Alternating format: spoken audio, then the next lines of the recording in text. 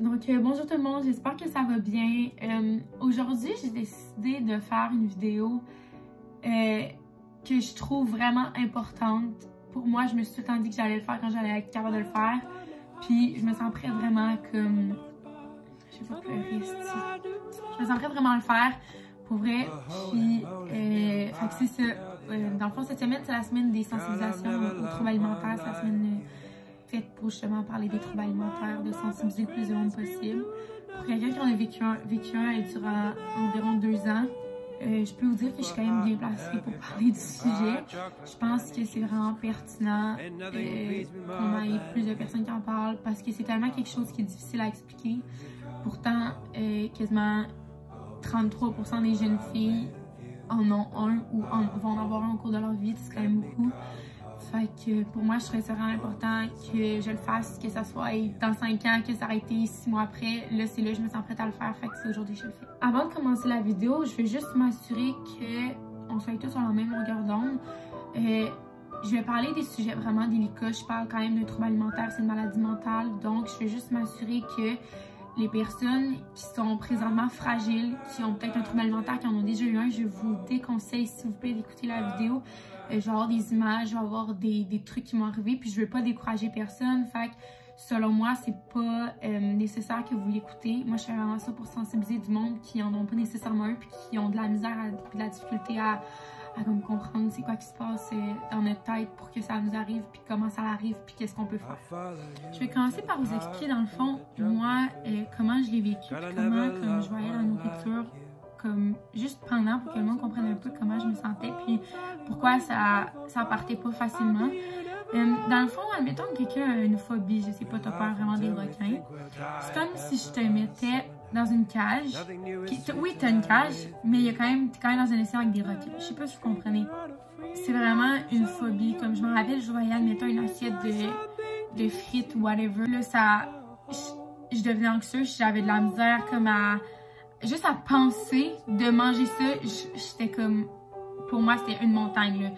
Fait que tout ça, fait que c'est vraiment comme ça que je le voyais. Puis du monde sont genre, voyons, mange, tu sais, c'est tellement quelque chose de naturel, c'est un besoin vital. Mais pour quelqu'un qui a un trouble alimentaire, je pense que vous comprenez pas la gravité de notre problème, puis à quel point pour nous c'est difficile de manger, puis genre juste de manger, genre demande-moi de manger une pomme, ça va être difficile, mais ça va être moins difficile que manger de la pizza, mais pareil, pour moi ça va être extrêmement difficile. Fait que je pense que c'est plus ça que vous devez garder en tête tout au long de la vidéo, que pour moi c'était difficile manger. L'élément déclencheur, je pense, qui est vraiment arrivé, c'est quand j'avais 15 ans. Il m'est arrivé de quoi, puis je l'ai jamais vraiment dit à personne. Je suis vraiment quelqu'un qui garde des affaires pour moi. Fait que j'ai jamais vraiment dit à personne, sauf à une psychologue lorsque j'étais à l'hôpital. Puis c'est comme la seule personne qui sait ce qui s'est passé. Puis je pense que ça a vraiment été l'élément déclencheur parce que depuis ce jour-là, j'ai vraiment vu mon corps différemment. J'ai vu comme plein d'affaires sur moi que j'aimais pas. Tu sais, normalement, quand t'es jeune, tu te regardes pas en miroir. Puis là, j'ai vraiment commencé comme à me regarder dans le miroir, puis comme à faire une obsession sur moi. Dès que je voyais quelque chose, admettons, dès que je voyais que j'avais du gras, dès que je voyais que j'avais comme des lignes de sourire, j'aimais pas ça. Je voulais absolument être mince, je voulais être belle.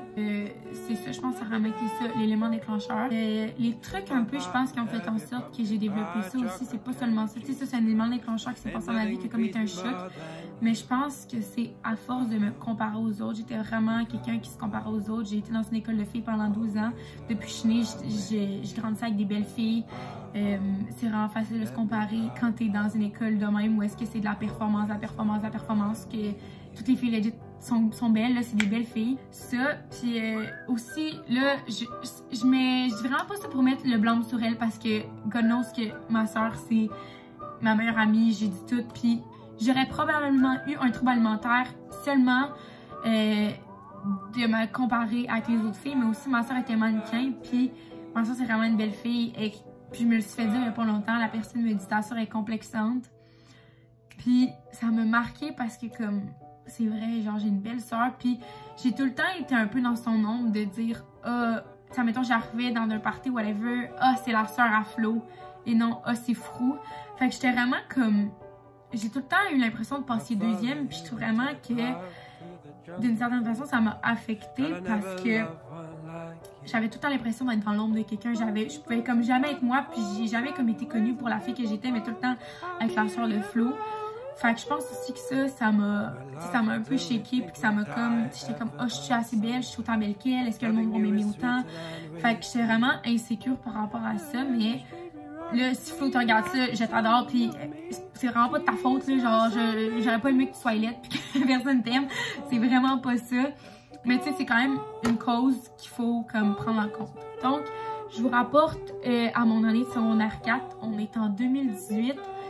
C'est la semaine de relâche. Je commençais un peu à faire attention à ce que je mangeais. J'ai commencé à couper dans plein d'affaires. Honnêtement, je mangeais vraiment pas beaucoup, puis pas beaucoup de choses non plus. Finalement, à un moment donné, c'est la fête à ma soeur le 7 mai 2018. En tout cas, elle venait d'avoir 19 ans. C'était sa fête. Puis, dans la vie, je suis tout le temps quelqu'un qui adore faire des desserts. Ok, je cuisine depuis que je suis petite. Puis, on arrive pour manger le gâteau. Puis, je me rappelle, j'ai pas mangé de gâteau cette journée-là parce que j'avais un trouble alimentaire, puis je m'en rendais pas compte. Mais tu sais, pour moi, c'était comme, ah, je fais juste pas manger de gâteau, je fais attention. C'est juste pour avoir une belle shape pour cet été. C'était vraiment ça mon beau début dans ma tête, c'était de perdre du poids pour avoir une belle shape. Finalement, ça m'a pris 2 ans à m'en sortir. Fait que vous comprenez qu'il faut faire attention dans la vie. Fait que c'est vraiment que là, je pense que ça allait sonner une cloche dans la tête à ma soeur puis à ma mère. Fait que là, mes parents étaient genre, hey, ça va-tu? On voit que tu manges pas. Puis j'étais genre, ah oui, je chill. Je fais juste bien m'entraîner. Je mange bien, puis tout. Mais c'était vraiment rendu une obsession pour vrai. Je pense qu'il n'y avait pas une journée que je pensais pas à ce que j'allais manger le soir pour être sûre de brûler assez de calories pour pouvoir manger mon souper. Comme c'était vraiment rendu à ce point-là. Puis, à un moment donné, je dis à ma mère, maman, je commence à avoir des palpitations. Genre, je sentais mon cœur battre un peu partout, que ce soit dans mon épaule, dans mes fesses, dans mon cou. J'avais comme des palpitations. C'était comme des battements de cœur, genre, c'était comme des spasmes. Puis là, elle m'a dit, OK, on va aller à l'hôpital. Fait que le 23 mai 2018, je suis rentrée à l'hôpital. Puis, ils ont pris ma pression, mon pouls. Puis là, elle me dit, tu manges beaucoup ces temps-ci? Moi, j'étais genre, oui. Puis après ça, ma mère est allée parler, puis ma mère était comme, tout ce qu'elle vous a dit présentement, c'est faux. Elle dit, ma fille, elle mange plus, elle s'entraîne comme une débile. J'allais courir des 7 km à chaque jour pour être sûre de brûler assez de calories, ça allait pas du tout. Fait que, ils m'ont rentrée à l'hôpital. Au début, j'y croyais pas. J'étais tellement tabarnak après ma mère. Vous savez jamais vu une enfant autant crisse après sa maman. J'ai dit, t'es la pire mère, non, je t'aime pas. J'étais tellement fâchée parce que, d'une certaine façon, je comprenais ce qui se passait. Tu sais, là, j'étais comme, OK, big, ils ont compris, là. Ils ont compris que c'était pas juste, genre, une petite diète pour perdre du poids, que c'était vraiment un trouble alimentaire. Puis, même moi, j'ai essayé de me faire croire que c'était pas ça parce que je voulais pas que ça soit ça. Je voulais dire que j'avais le contrôle, mais je l'avais plus. Qu'ils te rentrent à l'hôpital, tu sais pas quand tu vas sortir, tu sais pas. C'est pas même ce que t'as vraiment parce que tu rentres là puis t'es juste comme, OK, mais what the fuck, genre, moi je faisais juste aller courir puis je mangeais pas, là, tu sais, dans ma tête c'était juste ça, là. Mais là, tu sais, de ce que j'ai compris puis de ce qu'ils m'ont expliqué, c'est que lorsque je suis rentrée à l'hôpital, mon cœur battait à 40 battements par minute. Normalement, un cœur dans la moyenne bat entre 60 et 80, plus 80, je vous dirais. Et il battait à 40 le jour, vous comprenez que la nuit, ça baissait aux alentours de 32-35. En bas de 30, normalement, on te réveille, puis on peut te faire un massage cardiaque parce que des fois, ton cœur, il fait juste lâcher. Fait qu'en gros, la raison principale de mon admission à l'hôpital, c'était parce que mon cœur était rendu trop faible. Puis c'était rendu dangereux parce que j'aurais pu, admettons, j'aurais pu mourir dans mon sommeil, j'aurais pu comme aller courir, puis juste mon cœur relâcher, puis faire une crise cardiaque, si je peux dire, en faisant du sport.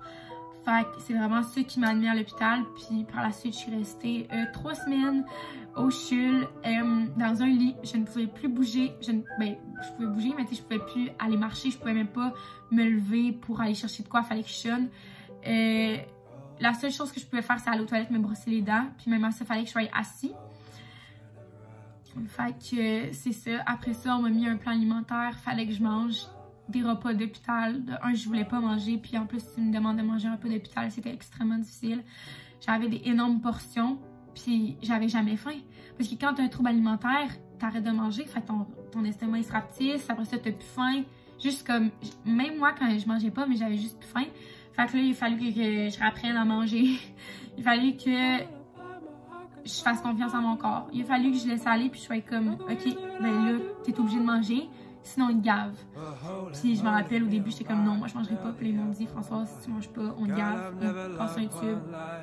comme jusque dans ta gorge. Il va falloir qu'on te nourrisse de même. Fait que c'est comme là que j'ai décidé de manger parce que sinon je l'ai pas.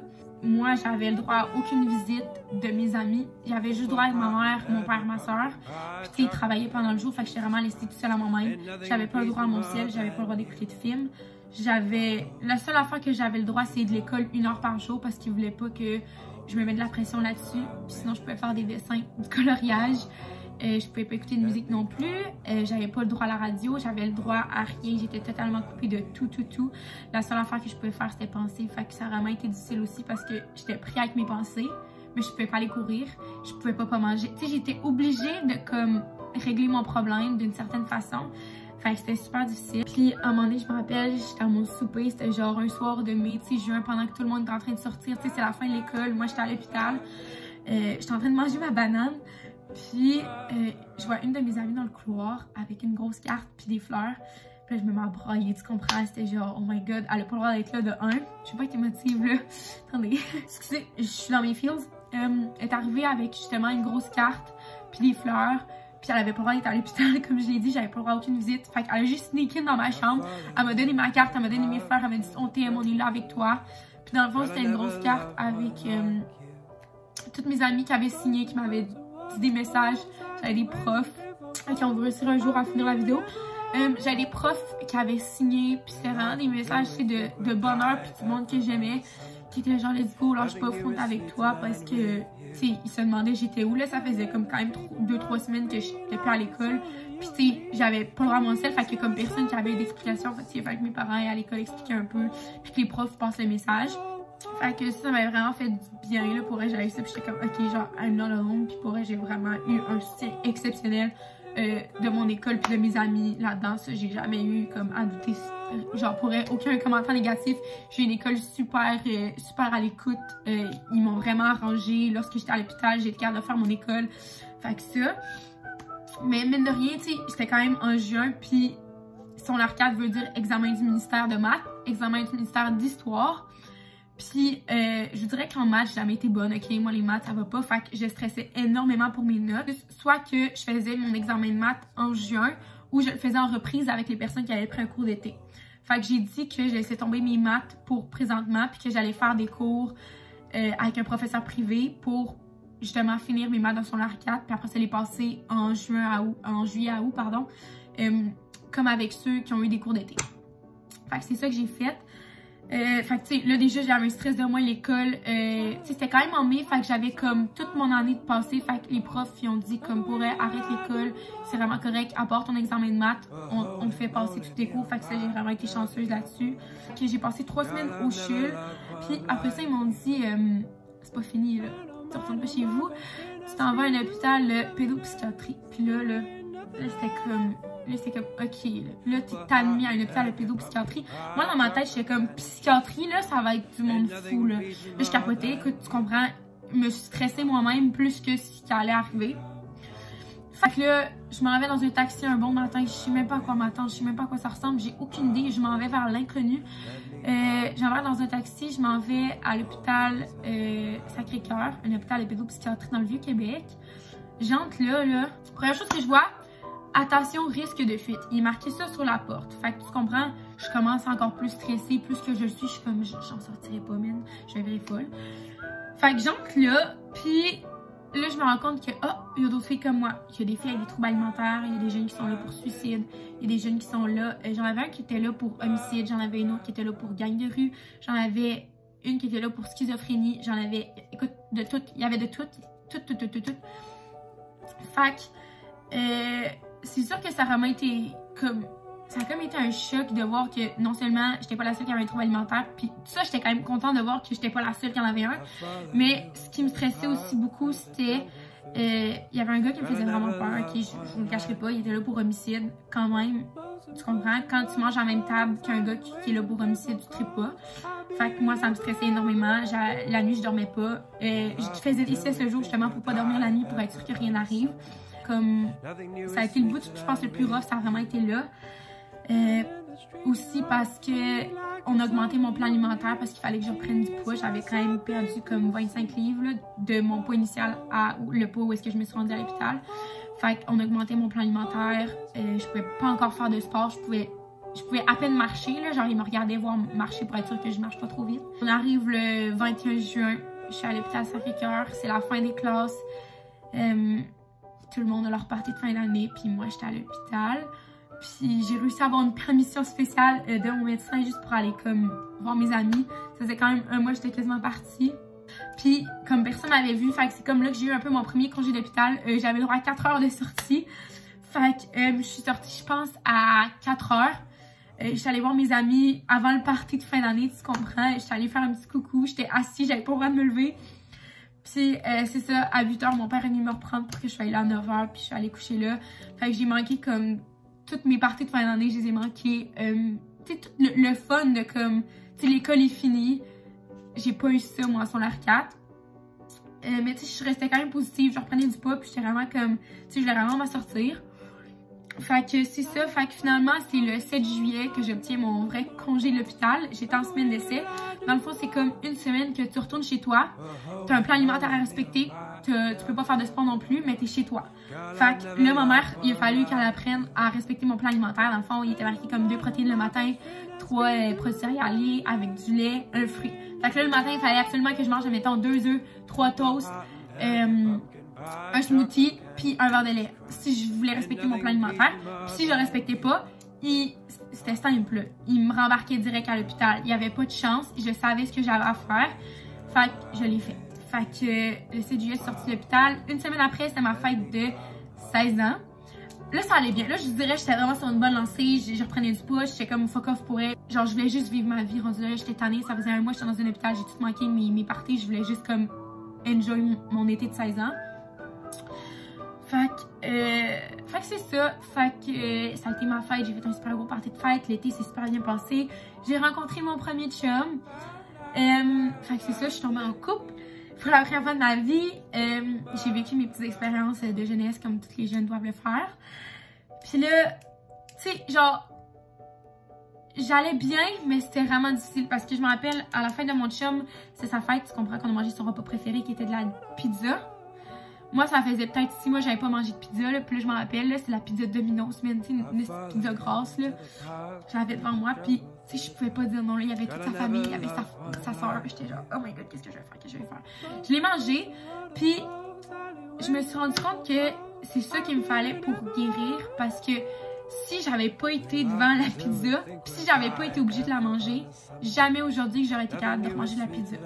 C'est comme, en mangeant, ça m'enlevait du stress parce que je me rendais compte qu'en mangeant une pointe de pizza, j'allais pas devenir grosse, puis que c'était juste dans ma tête. Par la suite, ça allait moins bien que mon chum, on chicanait des fois, fait que j'ai perdu 5 livres.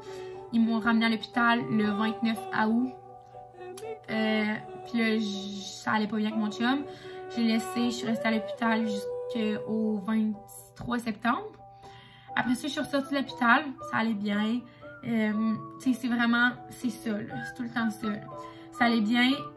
Puis là, ils m'ont dit, tu sais, octobre, novembre, ça allait bien. En décembre, ils m'ont dit, Françoise, pour le temps des fêtes, si tu veux, on arrête les suivis en pédopsie, dans le fond, à chaque semaine, pour être sûr que je ne sois pas en rechute.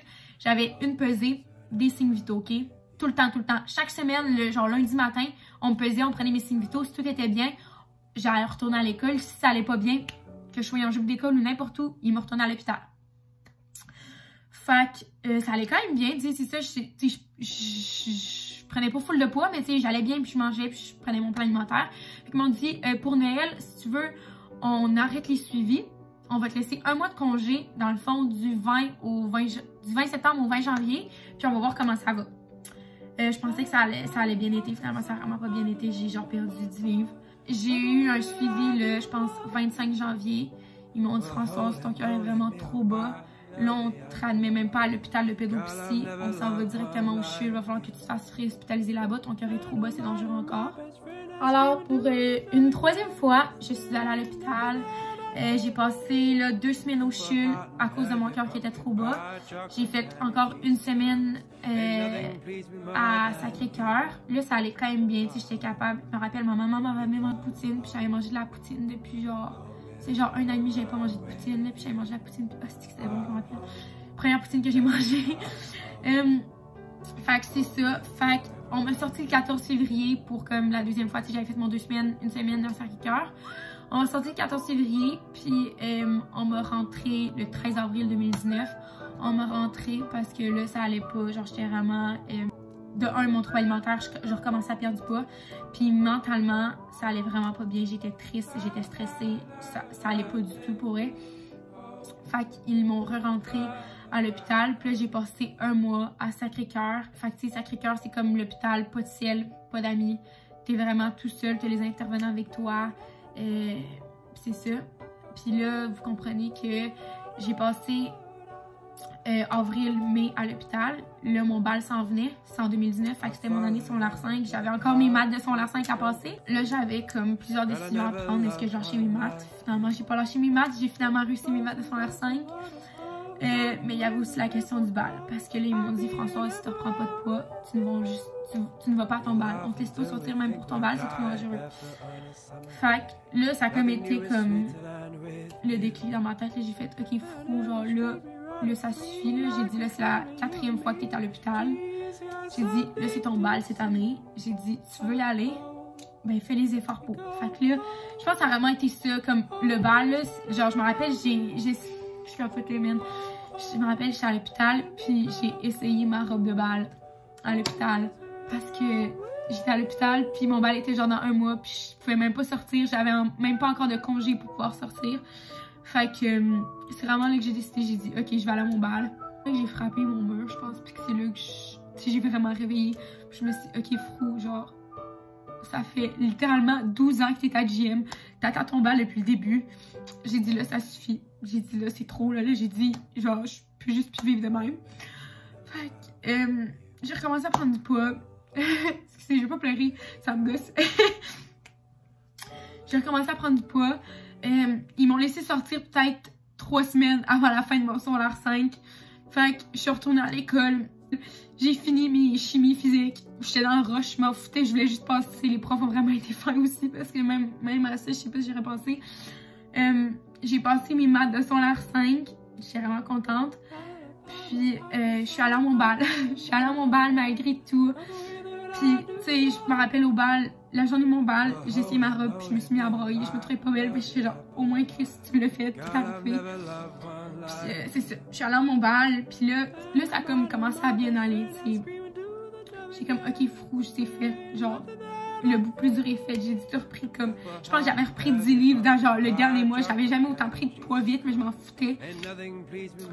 Fait que c'est ça, fait que là j'avais tout repris mon poids, j'étais considérée poids santé. Fait que, ils ont quand même été chill pour l'été, tu sais, ils étaient comme, ok, en autant que tu perds pas de poids puis que tes signes vitaux vont bien, là on a mis nos rencontres aux 2 semaines. Puis depuis ce temps-là, depuis mon bal, que ça va mieux, que je suis guérie, si je peux dire, que depuis ce temps-là, je suis capable de fonctionner. Je suis pas retournée à l'hôpital depuis. Mais, tu sais, c'est sûr que je vais tout le temps un peu rester fragile, si je peux dire. Tu sais, ça a tellement été comme vite, j'ai tellement perdu du poids vite. Puis dans la vie, j'étais tellement quelqu'un qui est persévérante puis qui... Dans la vie, peu importe ce que je veux, je vais tout faire pour l'obtenir. Fait que pour moi, perdre du poids, ça va tout le temps être facile. Puis c'est pour ça qu'il faut que je fasse attention parce que je sais que si à un moment donné, je vis un épisode difficile ou tu sais, même en quarantaine, des fois, j'allais moins bien puis j'ai perdu un peu de poids. Mais tu sais, quand même, je fonctionne puis je suis fonctionnelle présentement. Puis je suis capable de savoir c'est quoi comme mes warnings. Faut quand même que je fasse attention. Puis c'est juste pour vous dire à quel point comme dans la vie, faut s'écouter des fois. Mais des fois, il faut aussi écouter les autres autour de nous parce que je serais jamais rentrée à l'hôpital si ça avait été juste de moi. Moi, j'en avais pas de problème dans ma tête jusqu'à temps que je m'en rende compte. Que ça soit vraiment comme rendu à l'hôpital que je me rende compte que j'avais un problème. Puis c'est juste de comme, si jamais quelqu'un dans votre entourage vit quelque chose de semblable, ayez pas peur d'aller demander de l'aide. Je sais que peut-être vous n'êtes pas capable, mais il y a des ressources un peu partout. Puis j'ai vraiment eu des psychologues, des éducatrices, genre ma pédopsie incroyable. Puis je les remercie tellement parce que pour eux, sans eux, je m'en serais probablement même pas sortie. Fait que c'est ça. Fait que ça, c'était le premier conseil que j'ai à vous donner. Regardez comment vous allez, prenez soin de votre santé, mais aussi celle de vos proches parce qu'on ne sait jamais qu'est-ce qui se passe dans leur vie. Puis le deuxième conseil que j'ai à vous donner, c'est arrêtez de vous comparer, arrêtez de suivre des comptes qui vous font pas du bien. On vit dans une société où est-ce que c'est juste du pareil, du pareil, du pareil, du pareil. puis qu'en dedans de nous, on a toutes des petites bébites puis des petits problèmes, puis que ça, personne le voit. Puis c'est pour ça vraiment que j'ai décidé de faire la vidéo, parce que je reçois tellement de commentaires de « Ah, t'es belle, t'es ci, t'es ça, non, j'aimerais ça ressembler à toi », mais vous comprenez pas à quel point j'ai eu de la difficulté avec mon image, juste moi. Fait que je me demande à quel point combien d'autres personnes ont eu le même problème que moi, puis je le sais, là. Je me rappelle quand j'allais à l'hôpital, puis je voyais des personnes que je connaissais, là, j'étais genre, mon Dieu, cette fille-là, je la connais, puis jamais j'aurais cru qu'elle avait un trouble alimentaire. Mais oui.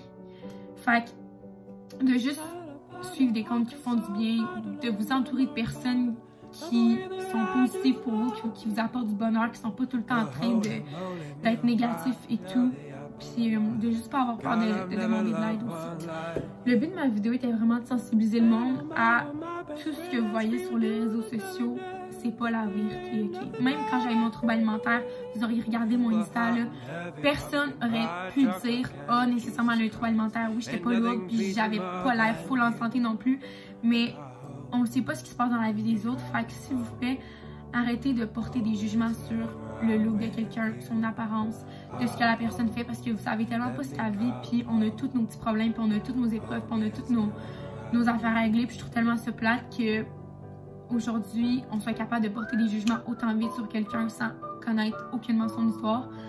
Fait que c'était vraiment pour ça que je faisais ma vidéo aujourd'hui, puis j'espère pourrais avoir aidé le plus de monde possible en partageant mon histoire, parce que c'est possible de se rétablir, c'est possible d'avoir une vie normale. Aujourd'hui, je suis contente de dire que je peux manger de la poutine avec mes amis, puis que je pense plus à ça, puis que finalement je suis vraiment libérée, puis que ça va bien.